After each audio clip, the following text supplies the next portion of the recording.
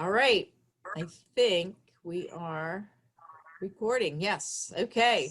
So, hi everybody. This is Auntie Sue. But we're doing not the Pandemic Kitchen this week. We're doing the Sustainable Health live chat. So this is the launch of my Patreon account. So we've got a couple of old timers. We've got some new people, and we're gonna spend a little bit of time. I'm gonna actually see if I can figure this out on, I've been using my phone, which has been a lot easier in that regard, but we'll just leave it this way. So the less I mess with the technology, the better. And yes, thank you everybody for putting yourself on mute. So welcome to autumn. We haven't quite hit the fall equinox, which will occur on the 21st. But just like the moon waxes and wanes, the seasons wax and wane. So we're coming to the end of the harvest season, which will really end right around October 31st, when Bob is hoping that killing frost will come and prevent him from having to do any more harvesting in his garden, which he shared with us a while back on his episode. But around October 31st, and certainly back in the day, it's a little warmer now than it used to be back in the day, but that was when we usually got those killing frosts up in Maine and in many parts of the world. So that's that part of the year. And then as the harvest season wanes, the autumn season starts up. So we have the earth energy from harvest season, which we've talked about, and the amount of work actually that gets done in harvest season is pretty extraordinary, which is one of the reasons why we used to keep kids out of school until September, because that harvest season was an extraordinary amount of work. Now, it's a little different, but we are beginning to enter into that autumn season. And I don't know if you felt the change in the air. I know certainly I did. So where I spent a lot of the summer trying to figure out why I couldn't get out of the hammock, which is what we do in summer season, you know, it's lay back and relax. And then we hit the harvest season, which demands that we work. And then we hit the autumn season, which is when the harvest begins to dwindle. But we need to start cleaning out. We need to be getting ready for winter. And for many, many thousands and thousands of years, particularly for those of us who live in the Northeast or in a northern climate, you needed to get your home ready, which often was very small because you had to heat it. So it would have been a small space, and you needed to clean it out. That's what the autumn, fall cleaning is. The autumn, you needed to clean it out because during the winter, more stuff was going to accumulate as you were there. So we have in the metal energy, and if you look in the book, and I believe it's chapter 5, I didn't check before I came, but I believe it's chapter 5, metal energy. So this is that time in the year when we're open to inspiration, because that metal energy, which is the energy of the elements, the periodic table of elements, all of those basic elements that become the crystals, that become the rocks, that become all of those basic elements that are found in the periodic table. And just as they're structured so neatly in the periodic table, that is indeed the energy of metal. It's that structure and organization. It's that preciseness, the detail work. And when we think of crystals, which are pretty much the highest natural manifestation of metal energy, in crystals and in gold and silver and copper, those elements that are those pure elements, those are that's that energy. So there's a shininess to it, there's a sense of inspiration. And that's because in traditional Chinese medicine, and also to a certain extent in Ayurvedic, which is Indian medicine, and those are both healing traditions that go back at least 5,000 years of oral tradition and about 2,000 years of written tradition in both the Indian Ayurvedic tradition, which we are familiar with through yoga, and the traditional Chinese medicine, which we're familiar with through acupuncture and Tai Chi and Qigong and all those kinds of things. So that metal energy is the detail, and it resonates, that energy resonates with our lungs and with our colon, and also with our nose and our sense of smell. So if you go back to embryology and developmental embryology, so you may remember from your high school biology days, or whenever you may have learned this, hopefully you learned it. I think it's not necessarily part of the what we're learning nowadays, but certainly the developmental embryology. So you have, so you have the two cells come together, the sperm and the egg come together, and they begin reproducing. And eventually they form 3 layers in a ball. And that 3 layers then begins to differentiate. And one of the things that happens is that outer layer actually is drawn inside to form the gut and also the nervous system. So these are all resonating with that kind of protective outer layer. So of course our skin, which is also resonating with that, is a very important protective outer layer. And because dryness is the environmental piece of metal, because metal of course is very dry, and we see the trees dry out and change color this time of year. Dryness is part of the season, but it's one of the things we want to protect from. So this is the time to get those lotions out, get the skin protected, moisturize, moisturize, honey, moisturize. So we want to protect our skin, because that is also, as we're getting ready to go into the winter months and into the cold, we want to boost our immune system. And of course, if we are tuning into the news, and I highly recommend that you don't, but if you are tuning into the news, you will note that they're saying, oh my God, there's going to be there's going to be a spike. It's going to be this, it's going to be that. So we want to build our immune systems up. We've always done this. This has always been a time of year when the immune system needs to be built up. So our first protection layer is our skin. So we want to keep that nice and intact. We are bringing air in, and it's often quite dry. If you're out west right now, it's drier than dry, and there's a lot of ash in it. But we want to protect our lungs as well. And again, the moisturizing, one of the things that before we had all the wonderful 95, N95 masks and everything, one of the ways we protected from smoke inhalation, it was to take a bandana. This is an old cowboy kind of a thing with the dust and stuff. So you have the bandana, you wet it and then put it over, because again, you're inhaling a little bit of moisture. The bandana's catching the particulates that are coming in. So this is another thing. So we want to protect our lungs. And we also want to protect that, the lining of our gut, and particularly the colon, which is the last section of the gut. We want to protect that as well. And what happens in this season is, so we have the inspiration of the lungs and the elimination piece of the gut. So this metal energy organizes, and in traditional Chinese medicine, they don't look quite at digestion in the same way that we do.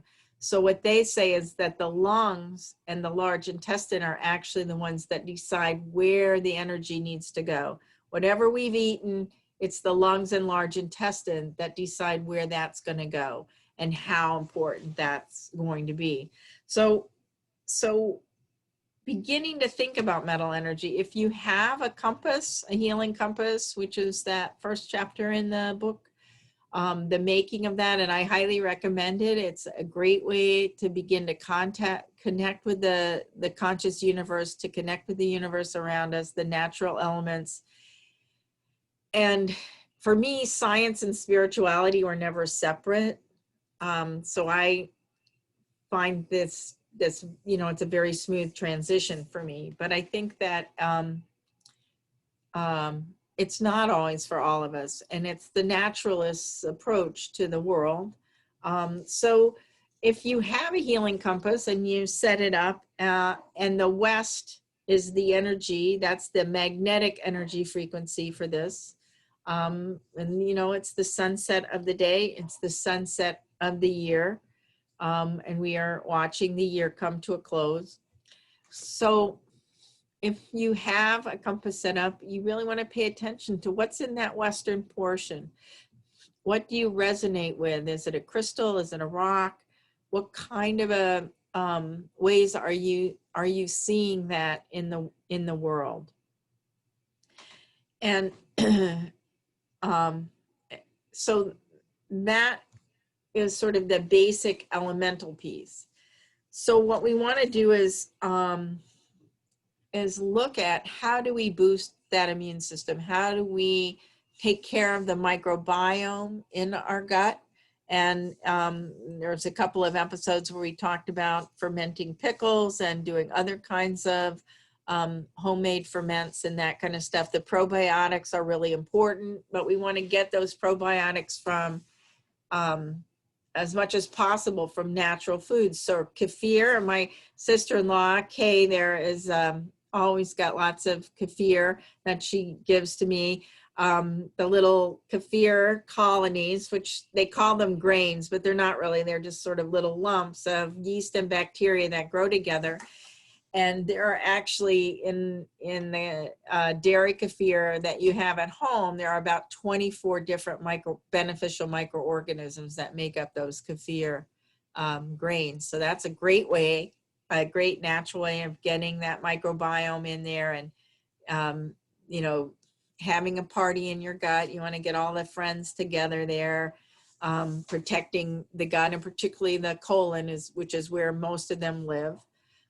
And work together and break down fiber and that kind of stuff. And so feeding them fiber is always really important. That's why they say the fiber is really important for the gut, but you need to also remember that water is really important for the gut as well. So we're going to be doing both of those things. We want to begin to eat. We want to begin to think about how do we cleanse. So part of the way we can cleanse, of course, is with the food that we eat. And to be aware that part of that cleansing is going to be snot, getting rid of that. That's one of the ways we cleanse, is blowing our nose. And it's very interesting to me because between 3 and 7 in the morning is metal energy at its strongest. And it's, you know, so that's when your body's detoxing. And one of the first things that I know happens to me when I get up in the morning is I need to blow my nose.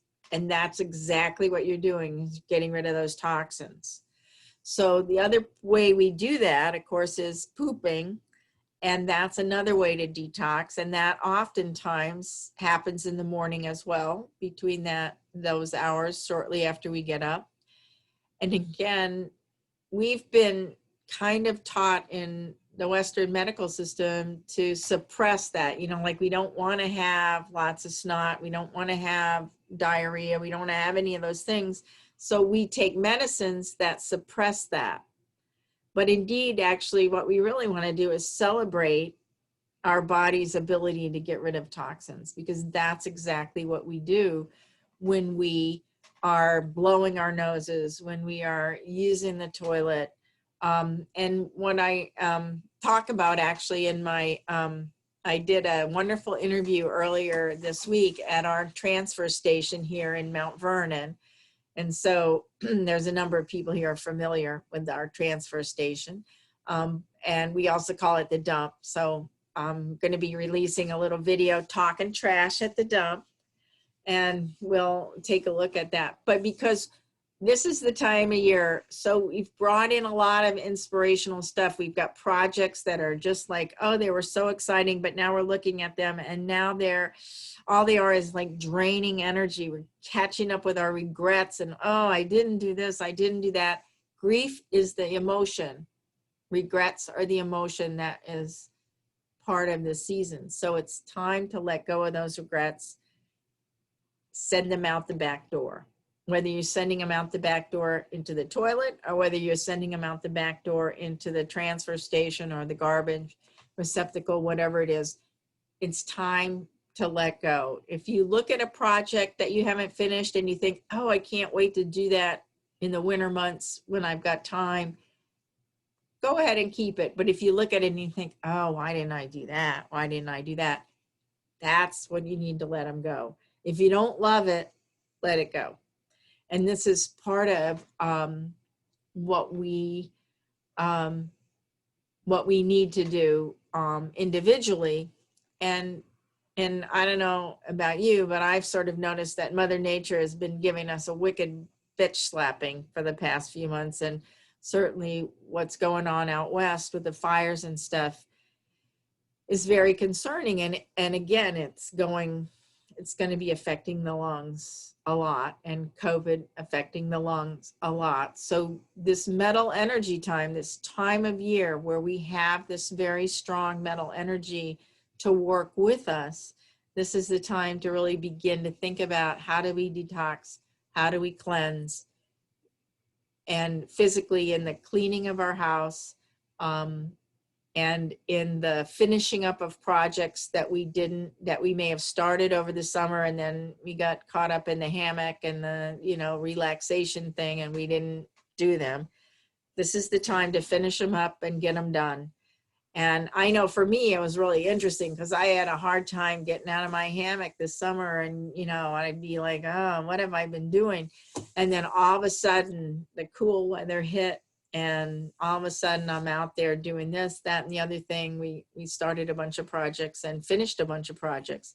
And that is where this energy is strong. So the energy is strong now for letting go of stuff, whether it's regrets or garbage or clutter or whatever it is. This is that time of year to do that. And one of the things that you will, that I hope you got, at least some of you got an email about about eating for autumn. So once again, we want to boost that immune system, and I'll be talking about some of the teas and antiviral herbs and stuff that we can do later. But in this attachment that I have, that is going to be, if you either got the email today, if you're a subscriber, you got the email, hopefully today, I'm hoping. Or if you aren't, you'll be getting that email in a couple of days that will tell you. But I have a little document that I wrote up that talked about the different kinds of foods that are going to really boost our immune system. And these are ones that have a certain resonance with this metal energy. And they're also, we want ones that are high in vitamin C and high in another bioflavonoid, which is one of the micronutrients, again, in plants. The reason why we eat plants are there's two reasons. Micronutrients is one and fiber is the other. Those are the important things that we get from our plants. So the quercetin is one of those, and there's a list of different plants that it's in. Obviously, apples and pears, which are seasonal in this part of the country, is a really good idea. It's fun if you can go pick your own. I know Bob's got a bunch of stuff in his backyard. But getting those fresh apples and pears is really important. And pears in particular resonate with the lungs. So it's really a good idea to eat pears. I also have on that document a recipe for applesauce that you can also revised for pairs. But again, to bring in some of those vegetables and fruits and things that are high in vitamin C and high in quercetin. So we want to do that. So metal, each one of the elements has its own energetic frequency, but all of the elements together are like a harmony. So we need to think about, and this is something if you're looking at your compass and thinking about it, or if you're just sitting out and enjoying nature and thinking about these kinds of things, to understand how the other four elements interact with metal. So in traditional Chinese medicine, there are two kinds of relationships. One is the nurturing relationship, so that every element has its own mother and its own child. So what we say in Chinese medicine is if the child is happy, the mother's happy. So sometimes we look to fix what's going on with the child. So metal, earth is the mother of metal. And if you think about it, we pull almost all of the precious elements that we get out of the ground. And because the earth is the mother and it gives until there's nothing left to give, we can mine that until we eventually mine it to the point where we have nothing left, which is somewhere we're approaching much too close to. Again, thinking about how we balance the environment, how we balance it in our bodies, how we balance it outside. So that metal is also the mother of water. And if you think about what water can do, water can dissolve anything, including metal, including glass. In fact, we have now the measuring tools that can see that when you put water in a beaker of glass or you never can get quite pure water, because always there's a little bit of dissolving that's being done. And that's because metal has to feed its child, which is water. So it does that. So there's that relationship.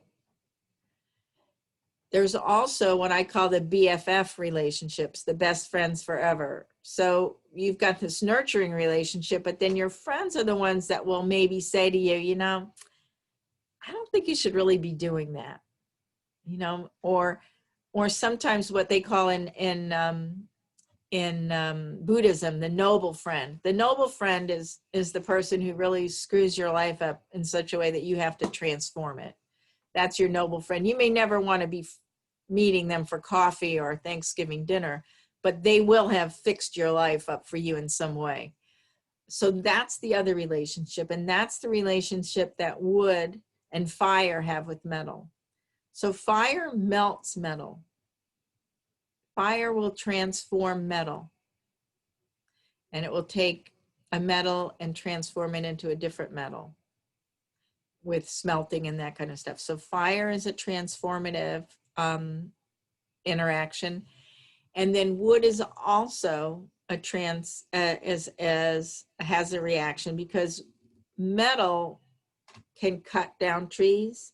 Metal can put fence around trees or plants and stuff. So if plants are running rampant, which plants have a want to do, you're going to either prune them, or you're going to put them on a trellis, or you're going to do some kind of way to structure them. So these are the 5 elements and the way they interact. And depending on what kinds of health issues you have, this helps you figure out how you're going to interact and how you're going to do that. So those are sort of the basics of metal energy. So we're going to continue to talk about that and to talk about both inspiration and cleansing. And that's sort of it in a nutshell. And there'll be that document that's going to have some about food. There's going to be another one coming up about some teas that you can use and some herbal antivirals. And 2 of those that or 3 of the antivirals that are really, really powerful that you can use in tea and you can use in cooking. Garlic don't skimp on your garlic. It's a really wonderful antiviral. Ginger, and there was a earlier episode in the spring about ginger mint tea. Ginger and mint both are really good antivirals. And licorice is another one. And I don't have my Golia licorice with me in front of me. It's across the room. But there are a little, I'm actually going to get it because I meant to get it before. Hold on.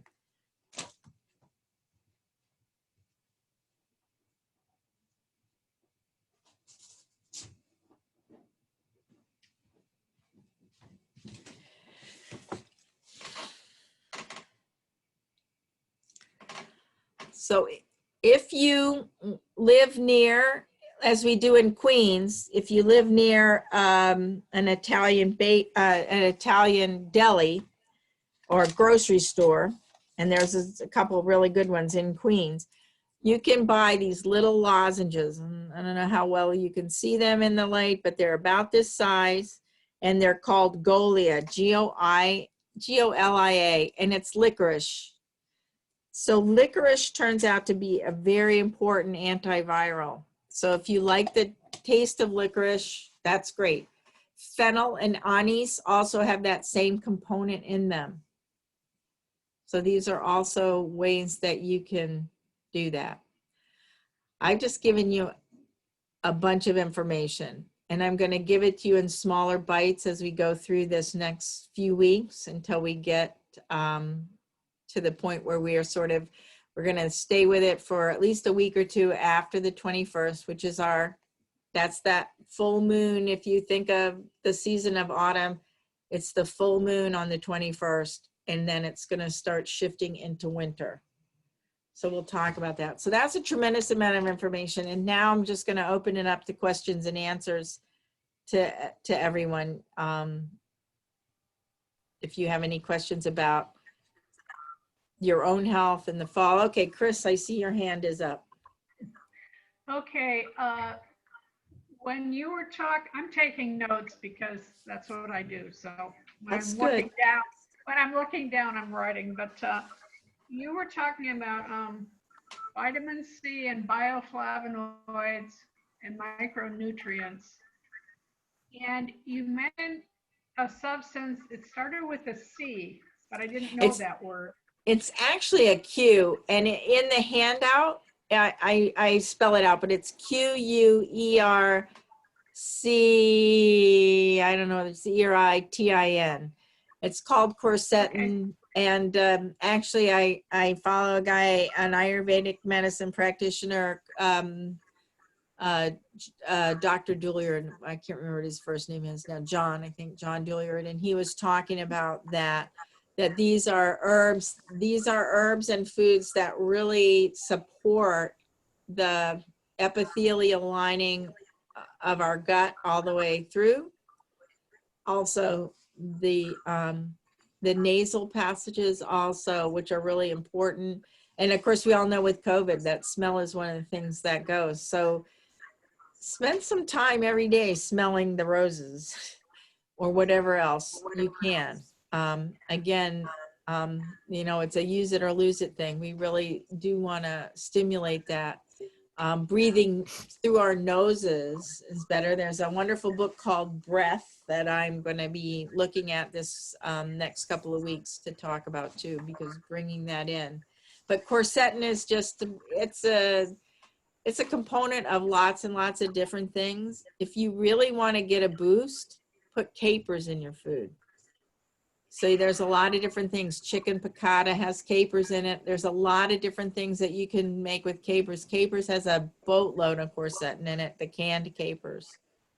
So, and there's a couple of other things, but those are all kinds of things that we want to eat. They tend to be seasonal to a certain extent. But those are all the kinds of things that we want to eat. And apples and pears have the vitamin C. They also have a certain amount of quercetin in them as well. But I have a list of different things. Oh, and you're all going to like this. Coffee. Good. Green tea. Good. Cocoa. Good. If you make it from the dry cocoa powder. So those are all going to have a nice quercetin hit. And rosehip tea, if you can get rose hips, if you know where wild roses grow and you get those, they're about this size, the rose hips, those are on, they're all over the Twirly Mall in Augusta. We call it the Twirly Mall because we always get lost there, but they've planted a lot of wild roses. But this is the time, if you go to the beach or if you go somewhere where wild roses have grown, and pick as many of those as you can, the red rose hips, and dry them out, cut them up, dry them out, and make rosehip tea in the winter. It's a great source of vitamin C and also other kinds of things. So it's one of those really good for whole. Echinacea is another one that's going to be really good with both vitamin C and quercetin. So did I answer that, or did I gave you too much, or okay? All right. Anybody else has a question? Oh yeah, Susan. We have fennel growing in the backyard. Oh, fabulous. It's used as an herb, but I was wondering, have you made tea with it? It's a great herb and it's a great vegetable too. You know, I love like cut it up like celery, you know, and eat it that way. But the seeds are also really good. So, and you know, if it grows in your backyard, you have a relationship with it. And that's an energy there as well. So growing in your backyard, you have that relationship. Fennel seed is really good. It's excellent for digestion. It's excellent to calm an upset stomach. And it's going to do a lot to coat that intestinal lining as well. So whether you buy it, and I usually in the city, I go to the Patel Brothers or one of the Indian grocery stores because they'll sell big bags of fennel. And it's a lovely tea. It has a lovely flavor. And because it also has that licorice flavor, that flavor of licorice, that smell of licorice and flavor of licorice is also going to be beneficial. So if you're making a tea like that, before you drink it, take a few minutes to inhale it in because it's going to coat those nasal passages. And particularly if you feel like a cold is coming on or something like that, you know, you can make a cup of tea and then, you know, sort of put a towel over your head and breathe it in. It's going to coat those nasal passages, coat the throat. And fennel, so there's going to be an antiviral property to that. That's going to be really important again.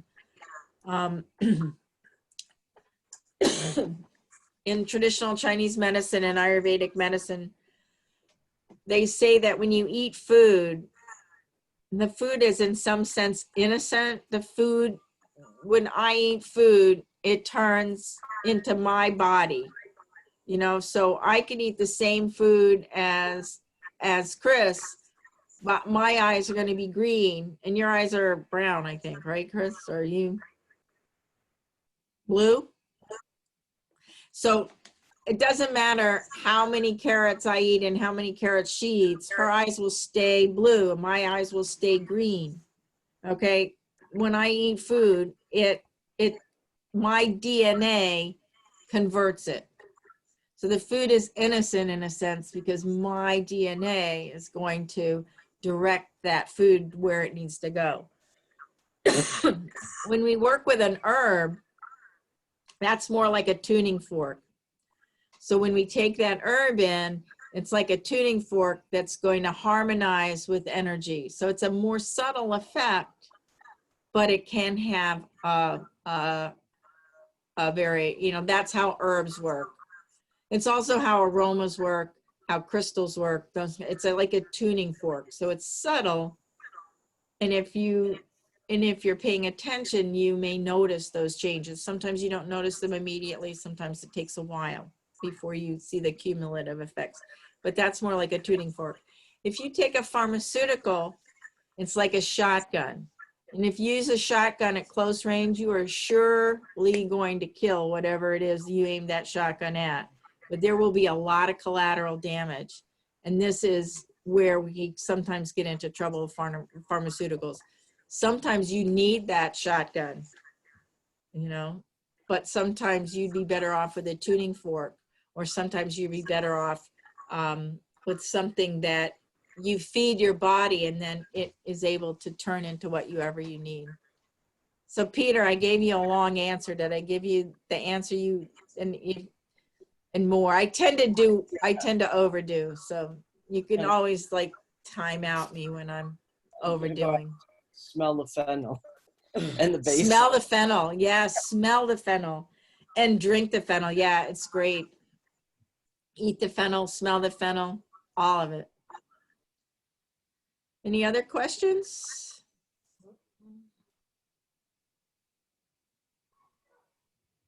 Comments?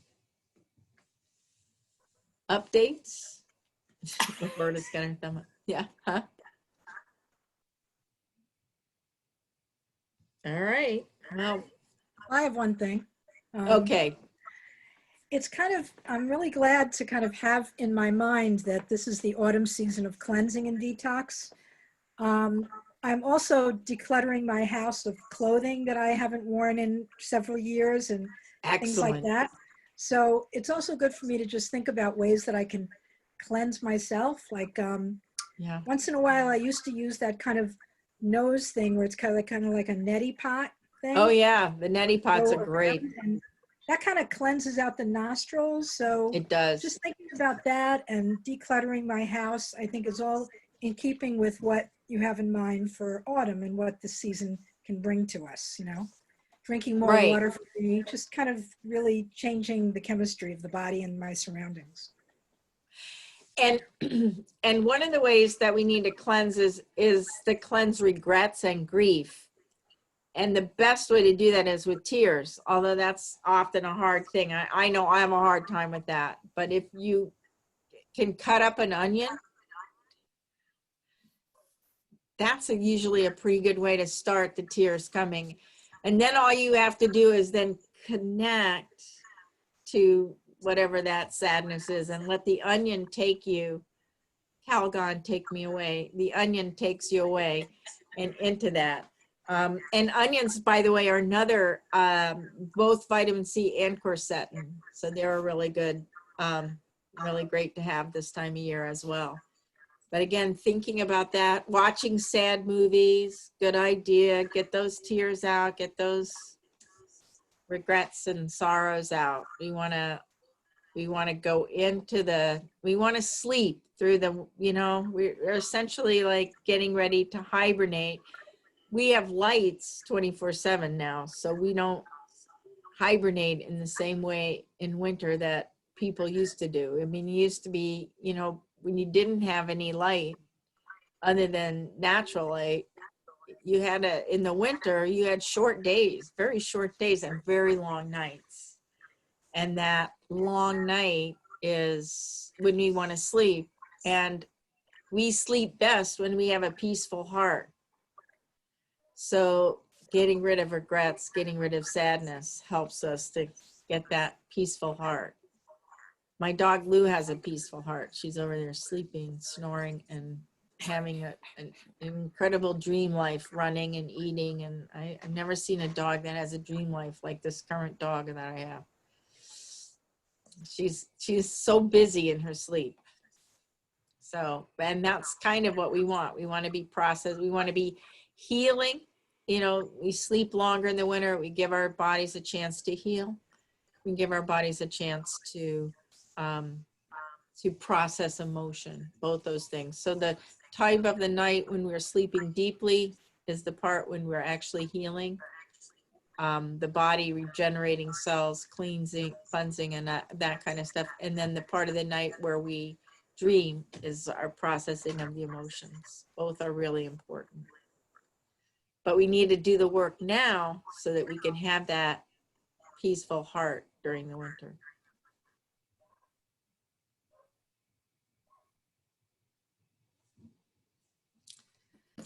I was just going to say, I guess on one of the things on Edison when he was perfecting the light bulb is he thought that way people wouldn't need to sleep anymore.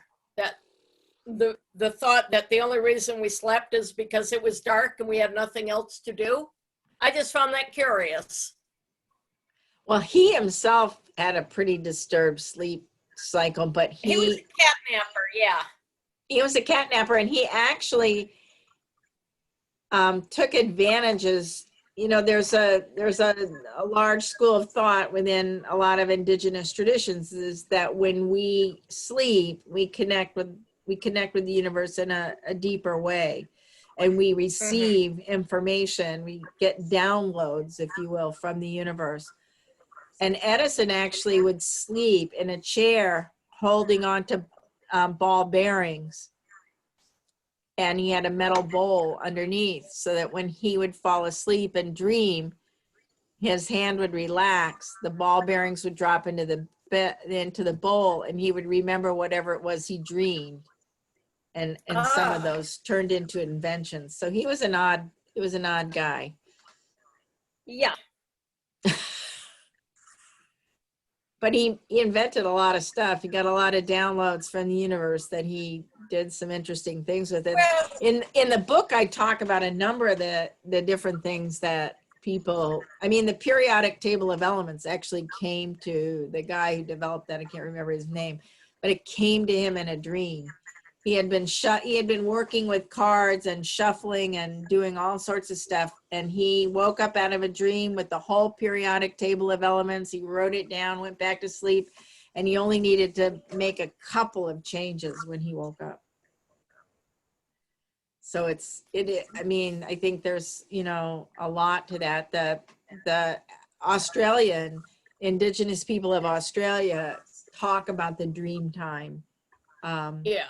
And we don't understand it nearly as deeply as they understand it, but they understand that connection.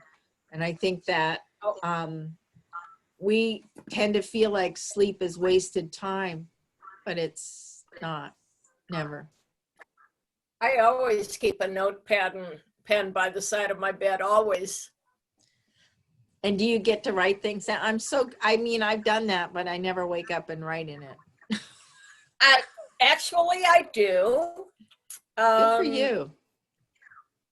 Now, the one I wrote last night, bad jokes late at night, it was on Mad King Chump. He's so lazy he doesn't even write his own executive orders. I mean, the one on closing the meat plants was written by the people that run the meat plants. He doesn't even write his own executive orders. Come on. But anyway, nope. Doesn't work if I have to explain it. Never mind. Yeah. Chris. I have a question or a comment about autumn and light, which is that when we switch off daylight savings time, it takes about 2 weeks for me to adjust to that and wake up, you know, my sleep patterns are very much disturbed by that. Yeah, I don't know if other people do that. There's Yes, a lot of evidence to show that that is very disruptive. And the changing, I mean, in Arizona, we didn't change the time. And there was one year where they did go on daylight savings. And one of my friends that Tamer knows, Mary Ray, she said that was the year she was late to dinner because the time was disrupted. And in Arizona, where you can really tell time by the sun because there's more sun than there is clouds. But there's really good data to show that in the spring, when we lose an hour of sleep, that following day or two, we have a spike in cardiac deaths. And in the fall, when we get an extra hour of sleep, we have a decrease in the instance of cardiac deaths. So there's some really good data to support the fact that, yeah, it's very disruptive to change the time. And having lived in Arizona for 25 years, I never go through that time change that I see Tamer nodding her head. It's like, once you've lived without the time change, you really have no use for it. I mean, I have Yes. no idea what it does except disrupt people's lives, frankly. It wastes money. It wastes time. It's silly. And they're talking about getting rid of it. I think they've gotten rid of it in several countries around the globe. Yeah, but I don't think we're smart enough to get rid of it. Well, who knows? We as the people. Yeah, we'll see. I think there's more of a interest in it, perhaps. And there certainly is data. There's certainly data, but whether or not we follow the data or not, different story. Yeah. Yeah. Yep. So do we have any other questions or comments? No? No. All right. Well, if anything comes up, and did anybody get that email that had the listing of the foods and the recipe for the applesauce? Jill got it. Hey, all right, good.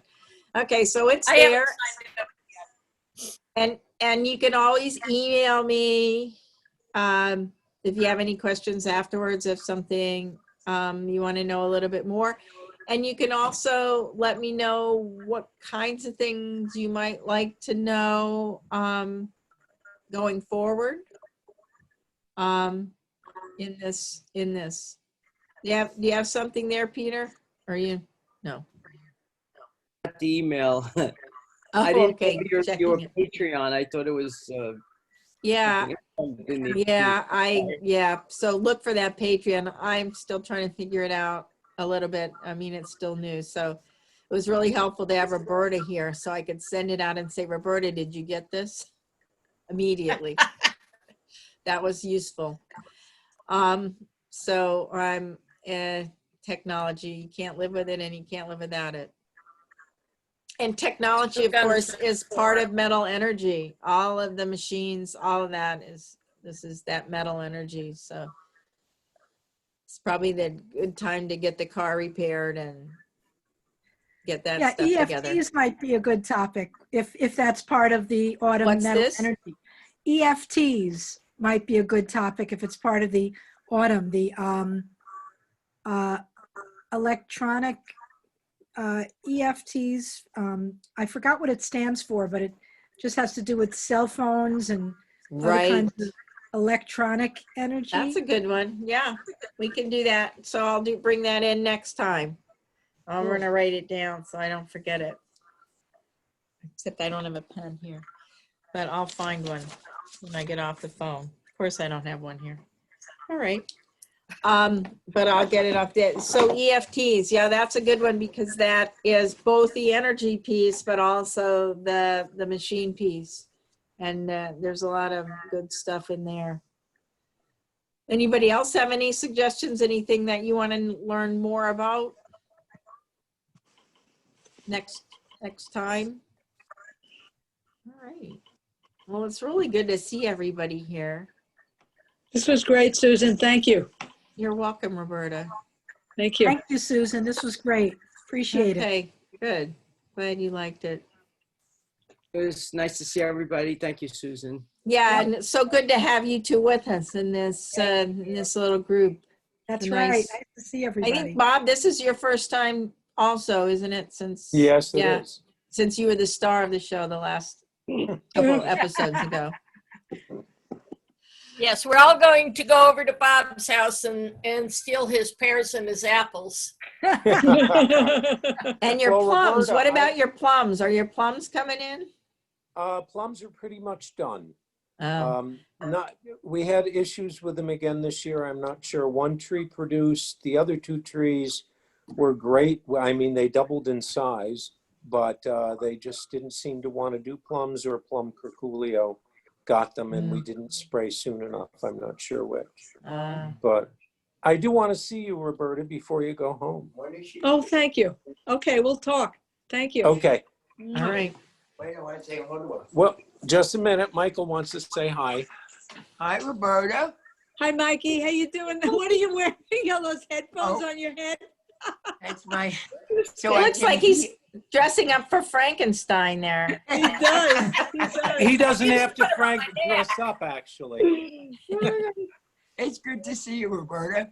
Good to see you too. I How love you long are you guys. How long are you gonna be up? Till Sunday in the morning. Yeah. All right, Till great, Sunday. fabulous. We'll All get right. over to. We'll get to see you. Excellent. Love you guys. Love you. Bye. Thank you. Bye-bye. Everybody. Bye, guys. Bye, everybody. Bye-bye. Thanks for coming on, Kay. Thanks, everybody. We'll see you. I have a quick question. Susan, it's too late. Bye-bye. I have a quick question.